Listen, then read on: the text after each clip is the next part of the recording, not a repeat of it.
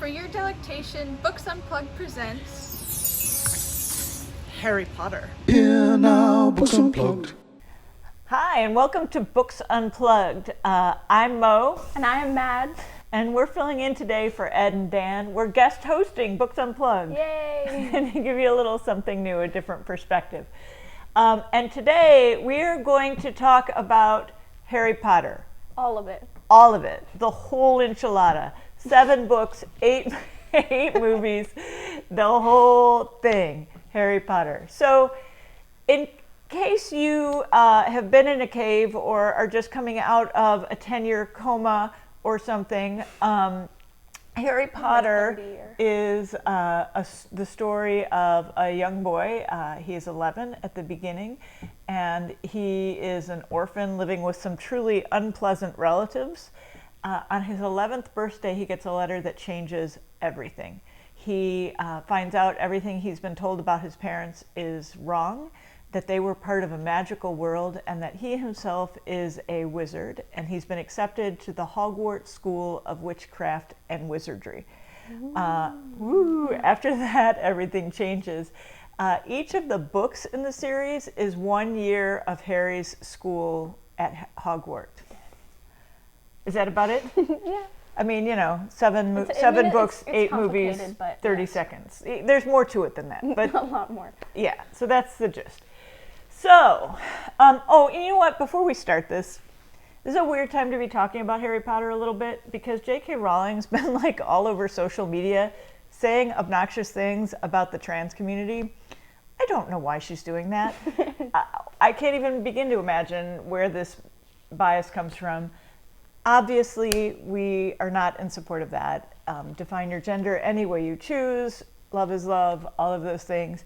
And I have to believe that J.K. Rowling, who's written the series of books that are so empathetic and inclusive. Like Against Prejudice. Yeah. I mean, I gotta believe that she is teachable. So let's hold her in our hearts that she will see the error of this opinion and come along. But for right now, Harry Potter.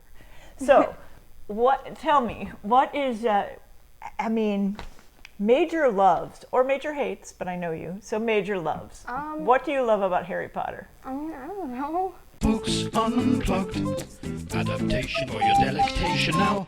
My major love about the books is the crazy pace of them. Really? I think you get so sucked into them. The first 100 pages of the first book, she sets up his unmagical life, and that's kind of, but after that, they are the page turner of page turners until like the last page of the last book. This is our cat Pumpkin. I read these books when I was an adult. I was in my 30s. I had a job to get up to the next day, and still at midnight, you're like 5 more pages, 10 more pages, just to the end of the chapter. And I love that about the books. Yeah, me too. When did you read them? I read them actually when Hurricane Irma hit, when I was in 6th grade. It was 2 weeks where we were off school and we had no power. So I had already seen the movies, which was a mistake. I think I read the first 4.5 in that 2 weeks. Because I started reading the first, I was like, oh my gosh, this is so much better than movies. And then they just went so quickly. I finished them in like a month. Yeah, 5 out of 5 recommend reading them during a natural disaster. Yeah. Right, yeah. For me, my major love of the movies, and I think we can talk about this, I love how they have this incredible cast of accomplished, serious, amazing British actors who show up in all these crazy small roles. Yeah. Like Academy Award winner Emma Thompson as... a small part is she's like the incompetent divinination fortune-telling professor. Professor She's Trelawney. Unrecognizable. She's hilarious. And she's With the just big glasses. I know, right? Or like, it's the house ghost, nearly headless Nick. And it's John Cleese, And they're not cameos. I mean, they're real roles, but they're small roles. Yeah. And they're so fun. So tell me, major loves, tell me characters you love. Characters? I have a lot of favorite characters. I mean, there were some books you get sort of attached to them. Yeah. So, like, Sirius, I hate that he only lasted, like, 2.5 books. That was really mean. Well, all the Marauders. And then Hermione is amazing. I think Ron needs more credit because he can be sort of an airhead sometimes, but he's also a really, really great character. Paul, stop. You know what I love about both Ron and Hermione, and Harry to some extent, they feel very real. Like, Yeah. you know somebody who's like Hermione. Yeah. You know somebody who's like Ron. They're in this crazy world, but they feel very real. Yeah. Those are the big characters, but talk to me about little characters. Little characters. Luna, she's not that little, but Yeah. I love Luna so much. She's so cool. I know, I love Luna Lovegood too. Mhm. I think that love her. all of the characters, like the small ones, the big ones, we know, I mean, these are long books. By the end of this, we know them so well. We know, like, Dumbledore's sister and Luna's dad, and, Yeah. you know, we have backstories for the backstories by the end of Yeah. this thing. What about villains? We have antagonists.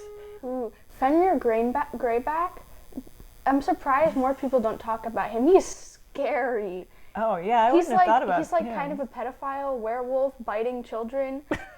Like even when it's not the full moon, he bites children. He like scratched what's his name, Bill, or maybe it was Charlie Weasley, across the face, and like just because he wanted to, he just wanted blood, you know. I totally even forgot about him. Yeah, he's kind of terrifying. Yeah, so Voldemort is this big giant, like, the sort of Lord of all evil kind of dark wizard character. Yeah. Although we do get to see his orphanage and his family and all that. So we know a little Yeah. bit about him, but still by the time the books start, he's full on evil. You know who I love, though? Who? Snape. Ooh, Snape. Yes, I love Snape. He has like one of the darkest backstories of everybody. He's a very dark backstory. And he's also like, this sounds like it would be annoying, but somehow it isn't. He's also, the entire books, he's like maybe a double agent, maybe actually evil. Yeah. And until the very end, you're still not quite sure where he's coming from. Yeah, well, I mean, she sort of makes you sure when he kills Dumbledore, but then she's like, nope. And even then, it's like, oh, maybe not. Yeah. Although he's at very best, he's a nightmare of a teacher. Yes. He's a nightmare of a teacher. But yeah, so, I mean, incredibly great, nuanced evil dudes. Mm-hmm. Or maybe evil dudes. All right. Books de boing, books de boing. You know what's next? What?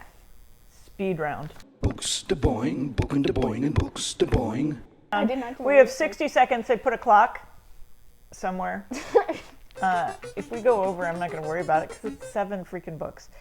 So we have 60 seconds to do little things that you love or hate. Magical inventions. Which ones do you love? The what's it called? The Deluminator? Didn't really make Oh, sense. is that the one where it turns off all the lights? Yeah. They That's used a to call it cool- a put-outer in the books, but then she changed it. And Deluminator's better. yeah, Deluminator would better. It's like, at first I thought it was kind of stupid, like, why can't you just turn off the lights? Or, Loomis or whatever. But then it was like, helped Ron find his way back. And it's like about showing the way, not just about like turning off the lights. It's Yeah. kind of cool. That is cool. Wizarding tent. I want one of these. I want one of those. Wizarding tent. Yeah, it's like a magical tent. From the outside, it looks like a tent. From the inside, it looks like a hotel room. And it's really easy to set up, which is nice. And you can pack it. Fabulous. Little beaded Time turner. Ooh, yes, time turner. Those are so cool. I usually hate. I'm not a big fan of time travel in movies or Yeah. books, but this makes sense because you can only go a couple hours. Mm-hmm. So it just gives you a longer day. Yeah. Room of requirement. Room of Requirement is really cool. What's that? What? Oh, it's the it looks like an empty wall. It's at Hogwarts. It looks like an empty wall, but as soon as you like really need something, like you walk past it and there's a door there. It's just a magical room. It gives you whatever you need. You're right. Space for whatever you need. required. I mean, we lived in Manhattan for a while. Every Manhattan apartment needs a room of requirement. I have a couple of quick hates. Okay. All right, so I love Quidditch. I think it's awesome that there's a sport that you play on flying broomsticks. That's so cool. But the rules really don't make sense. The rules of Quidditch are dumb. You got like 10 people on a team, but only one of them really matters. Yeah. And there's all this plot about like Ron's all scared because he's maybe not going to be the best goaltender or whatever. It's okay because Harry's the key? Seeker. Seeker. Yeah, dude, chill. Only one guy matters. It's not you. Bookity Books Unplugged. This is tough in this I have not case thought about because I think this is one of the more faithful adaptations of a book. Yeah. I think the movies stick really, really close to the books. I think because the people at Universal are frightened that hordes of angry middle school kids will like come after them. No, not just middle school kids. Everybody. Everyone. I know, right? Like, you can't be changing stuff in this. Also, they're really tightly plotted. Yeah. Like, if you started messing with it, it would unravel, I think, because they are really tightly plotted. But I have one, and it's a biggie. What? Did Voldemort have a nose in the book? Ooh. I think in the picture, like there's a picture on one of the covers. I don't think so. I don't think he did. I mean, it wasn't like specified that like Harry looked at Voldemort's face and it was scary and he didn't have a nose. The answer to this is yes, he had a nose in the book. And I always in my imagination had thought of the costume and makeup people at Universal being like, you know, would it be weird? You know? Well, because snakes don't really have noses. That's exactly it. I did not get that. Did you get that? Yeah. Oh, I didn't get that. He's supposed to look like a snake. I did not get that he was supposed to look like a snake. Oh, because it's like, he's like the heir of Slytherin, and then he has like Nagini. Totally makes sense. I didn't see it. I was just like, whoa, weird. Okay. Wow, I'm impressed you got that. Should have been there. Okay. Let's talk about movie Ginny. Movie Ginny. She sucks. She's like, Harry, shoelaces. Like that scene where they're standing on the stairs at her house, and she's like, your shoelaces are untied. And then she like bends down and ties his shoes, and she's all like, like, oh my god. And like book Ginny is so cool. She's all like when they were at Grimwald Place, and she was like throwing dung bombs at the door of the meeting, trying to like break in and like causing trouble with like Fred and George. And she was like so cool, but movie Ginny, they ruined her. She's awful. Movie Ginny's a little too, not quite tough enough. Yeah, I don't know. Or She's just fun weird. enough or whatever. Okay. I didn't. And also Peeves. Peeves? Peeves. The poltergeist. Oh, right. Like, why didn't they put him in the movies? Peeves is so great. All right, I got a couple too. Okay. You know what was not in the movie? Nearly Headless Nick's Death Day Party. Oh, the Death Day Party. Right, okay, so Nearly Headless Nick is played by John Cleese. If you have John Cleese in your movie, you gotta do it, right? And plus it's funny because he's nearly headless because his head was almost chopped off, but it still hangs on by a thread, so it like sort of like like you this can is like my pull nearly it off. headless Nick thing. but okay, so then the at the party he wants to invite Harry because he thinks that Harry might impress the other ghosts. The headless hunt. Right, because he wants to go to the headless hunt. There's like a club for headless ghosts, and he But can't. he He's not qualify included because because it's he's not not qualified because always- he's only nearly headless. It was funny. Yeah, it That should was. have been. Books, I need them unplugged, baby. Books, I need them unplugged now. What were they thinking? What were they thinking? All right. So, do you want to set this up? No. How about I set this up? This is a scene. It's called the Mirror of Erised. Erised, and the Mirror of Erised. Why don't you read? You look into the Mirror of Erised, and it shows you what your heart's deepest desire. Yes. And this is what he is thinking. Okay. He looked in the mirror again. A woman standing right behind his reflection was smiling at him and waving. He reached out a hand and felt the air behind him. If she was really there, he'd touch her. The reflections were so close together, but he only felt air. She and the others existed only in the mirror. She was a very pretty woman. She had dark red hair and her eyes are just like mine, Harry thought, edging a little closer to the glass. Bright green, exactly the same shape. But then he noticed that she was crying, smiling, but crying at the same time. A tall, thin, black-haired man standing next to her put his arm around her. He wore glasses, and his hair was very untidy. It stuck up at the back, just like Harry's did.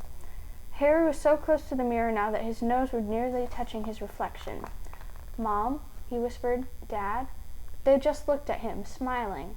And slowly, Harry looked into the faces of the other people in the mirror. This isn't in the picture because it wasn't in the movie. He saw other pairs of green eyes like his, other noses like his, even a little old man who looked as though he had Harry's knobbly knees. Harry was looking at his family for the first time in his life.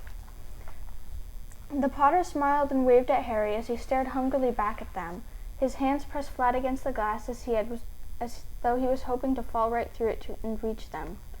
He had a powerful kind of ache inside him, half joy, half terrible sadness. And that is what, when he looks at what he most deeply desires. His family. Family. Books Unplugged. Adaptation for your delectation now. I would say my favorite bits have changed over the years, but right now, one of my favorite bits that I don't think I really loved the first time I saw it, but I really loved when I watched it again, was the Battle of Hogwarts. Ooh. It's at the very end of the last book. And partly I love it because you really think that this is going to be one of those books where there's a happy ending coming.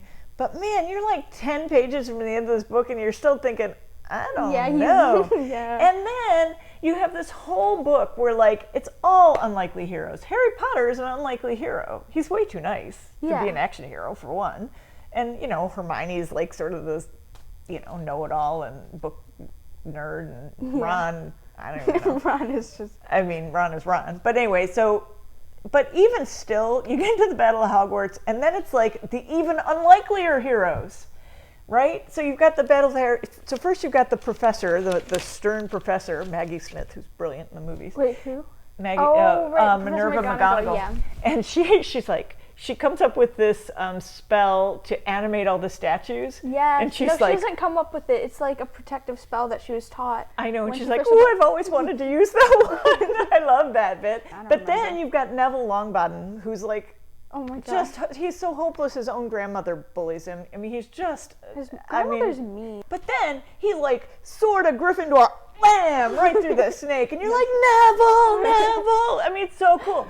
And then my girl, Mrs. Weasley, Molly Weasley, ends Bella Lestrange, and you're like, what? And so, suddenly, the even unlikelier heroes come to the fore, and it's really fun to see them. Mm-hmm. And it comes at a really dark moment in the story, too, to see them come through. She really killed cool. so many people. Who does?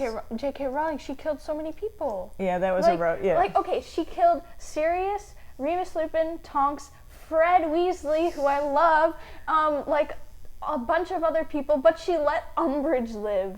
Oh. She let Umbridge live. That's a major hate. I'm going off topic, but... I know.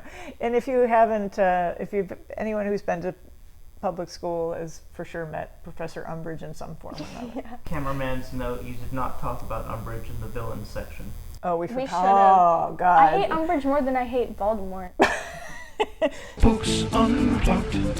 Which would you destroy? Madeline. Yes. Which would you destroy? The movies. The movies? Yes, for sure. The books are so much better. If you only watch the movies without the books, if you really pay attention, there's actually a lot of plot holes that aren't covered in the movies, but they are in the books. Yeah. And then, I don't know, Ginny and... Well, I think just the experience of the books, because I'm with you. I love the books too, and the movies are good.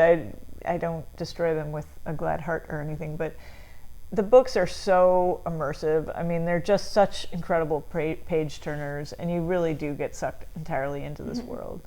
in a way that's really special. Yeah. And I love that. I mean, I enjoyed them as an adult, but I love that kids have that experience of a book that just, you feel such a part of when you're reading them. But all right.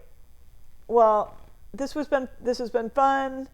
Definitely, even if you're a grown-up and you haven't read them, we have kind of spoiled them, but you'll probably forget. Totally worth it. They're super fun reads. Hasn't Ed not watched the books? I don't think Ed and Dan have read these. I think Well, that's they why have we're to. filling in. Yeah. A little peer pressure on Ed and Dan. All right. Anyway, it's been fun. Books Unplugged. Read Harry Potter. Woo! Ed and Dan would like to thank you for joining them on Books Unplugged, page to screen and all that's in between. If you like the vibe, please like and subscribe. What's so wrong with a kid wanting a BB gun for Christmas? The movie. Yeah, it's a great book. This book is awesome. It's a good movie. It's an okay movie. I mean, you're probably not going to read it anyways. I think you should. So which would you choose to chop up into little pieces and bury out in the woods to never see again?